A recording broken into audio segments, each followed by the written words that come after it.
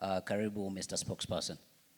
Probably before you get to officially welcome the government spokesperson, Mr. Mwaura, Peter, you could talk to us about the role organizations of persons with albinism play in advocating for the rights of persons with albinism across Uganda and across Africa. And immediately that we'll then hear from Mr. Mwaura tell us his views on the past 10 years ever since we got that declaration by the United Nations. Peter. Wow, I would beg the question again. You beg the question again. Okay. As I am rewinding the question, let us give it to let us give it to Mr. Mwaura to introduce himself. Good afternoon. I'm very happy to be here. I can see Dr. Samuel Kabue, who is our honorary person with albinism, with us here, and many others. My name is Isaac Mwaura. I am a founder, member, and chairman of the Albinism Society of Kenya, first member of parliament with albinism in Kenya, senator, and currently I serve as the official government spokesman of the Republic of Kenya. Thank you. Probably before you pass back the mic to Peter, our first question here was reflecting on the 10 years ever since we started celebrating the International Albinism Awareness Day. What would be your view, the then, the now? Probably we'll talk about the future later.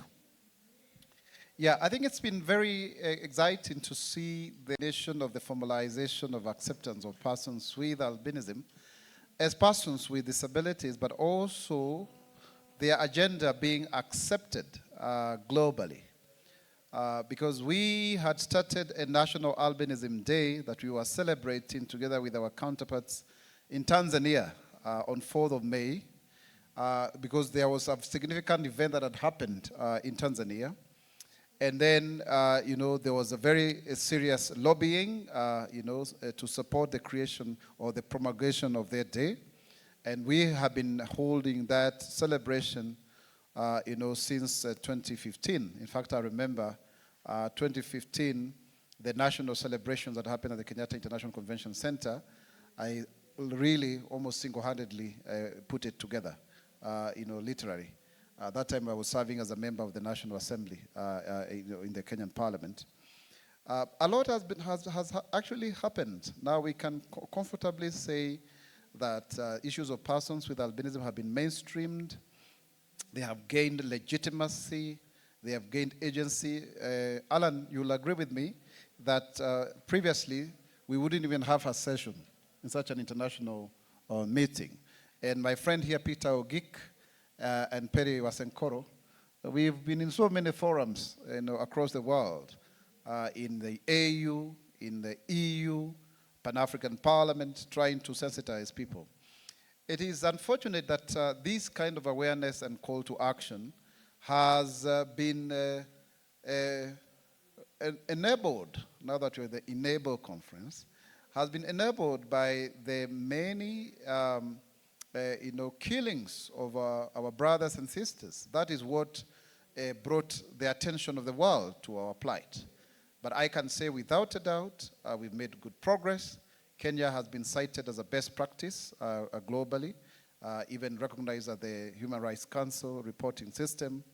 And you can see now there are many governments in Africa that have been able even to have persons with albinism as public officials, and programs have been established, especially in Kenya, in Malawi, in Tanzania. Just some times back, I was in Namibia trying to help them to do the same. Zambia, we've been to quite a number of places, and you can see, senior public officials also taking up this as a political issue that then they can run with. So I think, Alan, we made good progress, but I can also say we are not yet there.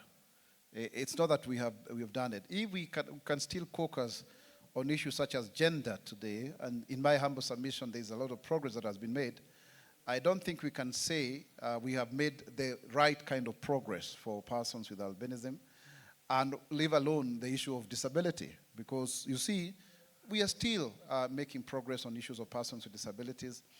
And my thoughts are that we seemed to have reached a point where the human rights-based approach that has anchored our rights as enshrined in various legal documents, including national and municipal laws, has lost its otherness. It doesn't evoke that sense of urgency and call to action that it used to have heretofore. So, and therefore, that means then we need to have new strategies of bringing to the attention, our plight. I honestly believe when people have started to see that we are accruing some benefits from the provisions of certain legal instruments, then it becomes an advantage, and therefore that can then be taken care of and can be coveted or desired, and therefore then it reduces the vulnerability aspect that then justifies such an issue to be at the forefront of any decision making or areas of contestation. So it is a ping pong game kind of thing.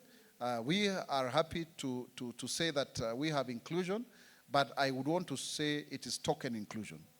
It is not substantive inclusion, because substantive inclusion would mean that you wouldn't have, persons with albinism standing out. If it was not token inclusion, then it would be the rule rather than the current situation. It is an exception. I also want to say that when that otherness has been lost in terms of using the human rights-based approach to advance, our agenda, it therefore means that then it is very easy to lose the gains that may have been made.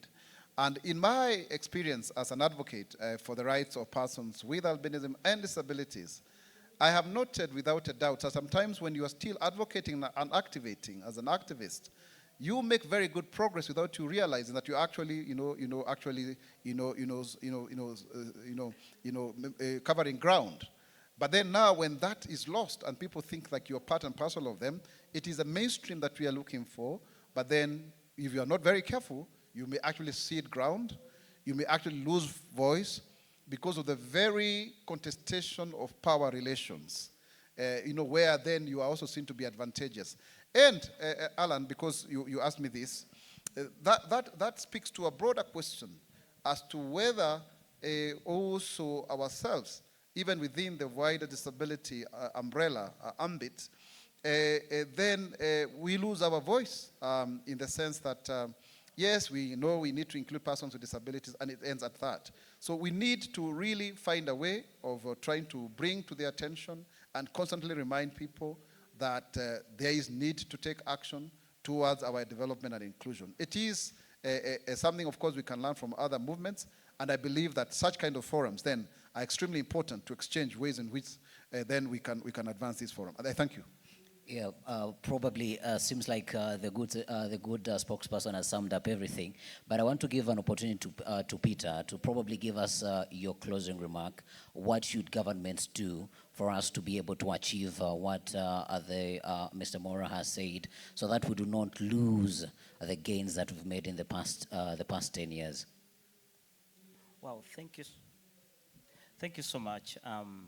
Probably in a minute, because I see the timekeeper is on our neck. Yeah, thank you so much. Is it on? Yeah. Thank you so much for that question. What should be done by the government? I think as organizations or persons with albinism have tried so much. We've tried to engage different, we have done advocacy at different levels, from the UN to African Union, and there is something that can be done. So number one recommendation to African government, first of all, to adopt the National Action Plan, because in this National Action Plan will give us the guidelines. In them there is guidelines that will really help to achieve in all well-being of persons with albinism. That's in health, education, economic livelihood, and their security. And we've seen, for example, Kenya. Not only Kenya, but Kenya is a good example, where now we have a government spokesperson as a person with albinism, and we have several in different portfolios, which shows our potential. Now, this is a call to the government, please. We need to see the faces of people with albinism in these different offices. Through that, it will be creating awareness, but also will expose the potential of people with albinism. If you don't do that, then it will be so hard to know that they can't just like anyone else. Yeah. One more, Yeah. we can if we are given opportunity. We can if we're given We an being white Yeah. doesn't deny us our Africanity. We're Africans. Yeah. And we should be just proud of this. Yes.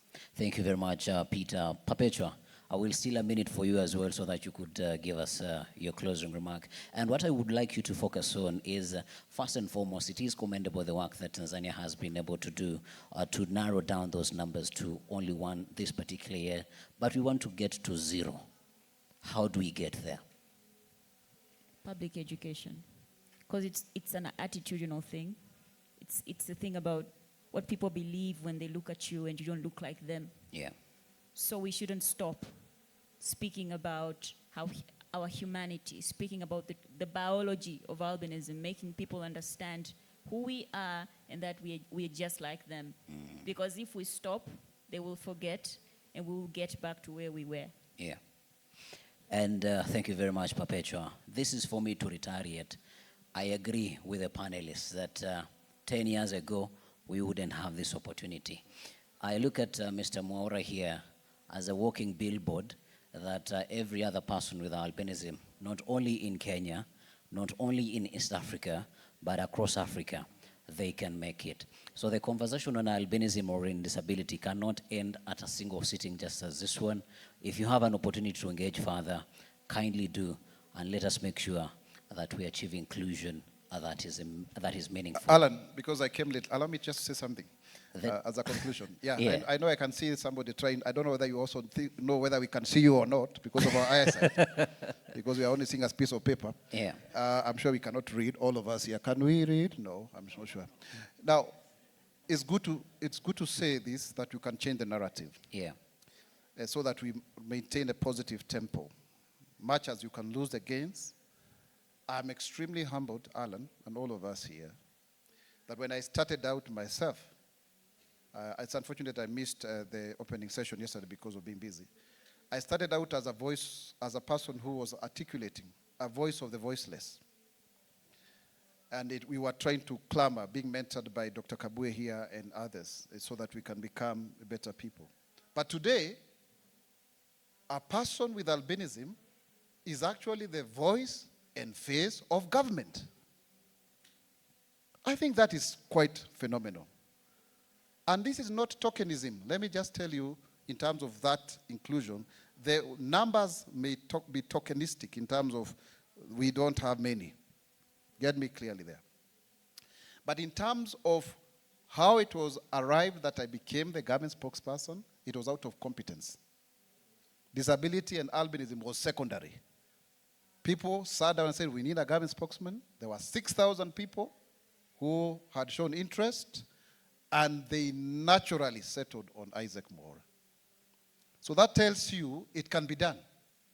And I believe, and I want to say it very clearly, very prophetically, there will come a time that a black man with a white skin will become the president of an African nation. I know it's possible. Because when we embody a struggle, it also means we carry with us the hopes of millions towards a better Kenya, a better Africa, a better world. I thank you. And I think, without further ado, all said and done. Thank you very much for coming.